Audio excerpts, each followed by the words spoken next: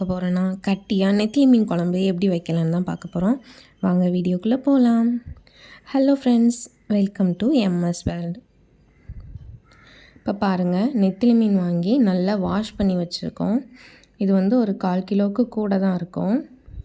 நம்ம பெரிய மீன் சாப்பிட்றதோட இந்த மாதிரி சின்ன மீன் நல்லா சாப்பிடணும். இதில் ஒமேகா 3 ஃபேட்டி ஆசிட்ஸ் நிறையவே இருக்குது. அதனால் இந்த மாதிரி மீனை வாரத்துக்கு ஒரு தடவை கட்டாயம் சேர்த்துக்கோங்க. இப்போ பாருங்கள், ஒரு சின்ன எலுமிச்சம்பழம் அளவுக்கு புளி எடுத்து நல்லா நனைய வச்சுருக்கோம். ஒரு 20 பல் சின்ன வெங்காயம், 2 பழுத்த தக்காளி, 2 மிளகாய், கொஞ்சம் போல் கருவேப்பிலை. இப்போ அடுப்பில் ஒரு பாத்திரம் வச்சுக்கலாம். நல்லெண்ணெய் ஊற்றிட்டு கடுகு போட்டுக்கலாம். பாருங்கள், கடுகு பொரிய ஆரம்பிச்சிருச்சு. வெட்டி வச்சுருக்கிற வெங்காயத்தையும் பச்சை மிளகாவையும் போட்டுக்கலாம். வெங்காயத்தை வட்ட வட்டமாக வெட்டிக்கோங்க, அப்போ தான் சீக்கிரம் வேகும். நல்லா மிக்ஸ் பண்ணிக்கோங்க. வெங்காயம் ஒரு 50% வெந்ததுக்கப்புறவு தக்காளி பழத்தை ஆட் பண்ணிக்கலாம். நல்லா கிளறிக்கோங்க. இப்போ இது ரெண்டும் சேர்ந்து நல்லா மசியணும். பாருங்கள், நல்லா வெந்துருச்சு ரெண்டும். இப்போது குழம்பு பொடி போட்டுக்கலாம். இந்த குழம்பு பொடியில் வத்தல், வரமல்லி, சீரகம், மிளகு, வெந்தயம் எல்லாமே போட்டு அரைச்சது தான். 1 ஸ்பூன் போட்டுக்கலாம். போட்டுட்டு நல்லா மிக்ஸ் பண்ணிக்கோங்க. அடுப்பை லோ ஃப்ளேமில் வச்சுக்கோங்க, இல்லாட்டி கரிஞ்சிரும். நல்லா வசங்கியாச்சு. இப்போ கரைச்சி வச்சுருந்த புளி தண்ணியை உள்ளே ஆட் பண்ணிக்கலாம். ஆட் பண்ணிவிட்டு நல்லா கிண்டி விட்டுக்கோங்க.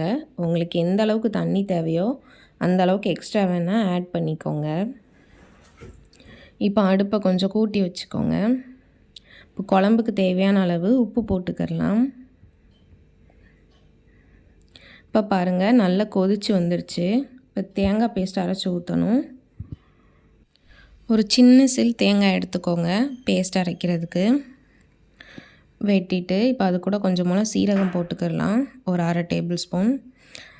2 பல் பூண்டு போட்டு நல்ல பேஸ்ட் மாதிரி அரைச்சி எடுத்து வச்சுக்கிடலாம். இப்போ குழம்புல போட்டுடலாம். குழம்புல நல்ல பொடி வாடலாம் போனதுக்கப்புறம் போடுங்க. போட்டுட்டு நல்லா கிளறிக்கோங்க. இப்போது மிக்ஸி ஜார் அலசின தண்ணியை மட்டும் ஊற்றிக்கிடலாம். உங்களுக்கு வேணால் எக்ஸஸாக ஊற்றிக்கங்க. குழம்பு நல்லா கொதிச்சிருச்சு. இப்போ நம்ம மீன் போட்டுக்கிடலாம். இந்த நெத்திலி மீனில் பாஸ்பரஸ், மெக்னீஷியம், கால்சியம்லாம் ரொம்ப அதிகமாக இருக்குது. அதனால் நம்ம பல்லையும் எலும்பையும் மேம்படுத்துறதுக்கு இது ரொம்பவே யூஸ்ஃபுல்லாக இருக்கும். அதனால் இதை ரெகுலராக சாப்பிட்ற மாதிரி பார்த்துக்கோங்க. இப்போ மீன் போட்டாச்சு. போட்ட உடனே கொஞ்சம் கிளறி விட்டுக்கோங்க. போட்டு ஒரு 2 நிமிஷம் ஆயிடுச்சுன்னா கொஞ்சம் ஜென்டிலாக தான் மிக்ஸ் பண்ணணும், பார்த்துக்கோங்க.